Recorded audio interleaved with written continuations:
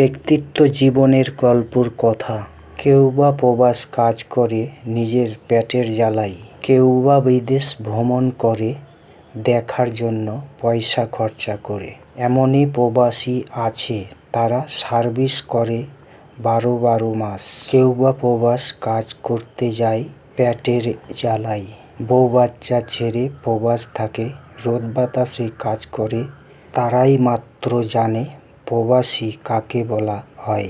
যারা প্রবাসে থাকে না তাদের হয়তো জানা নাই যে প্রবাস জীবনটা কেমন হয়। রোদ বাতাসে, ঝড়ে শরীরের ঘাম, দিনরাত্রি পরিশ্রম করে করতে হয় কাম। জীবনে চলতে যদি করো তুমি ভুল, বিদেশে যাইয়ে গুনতে হবে এই ভুলের মাসুল। সময় থাকতে সচেতন হও, করো না কোনোদিন ভুল।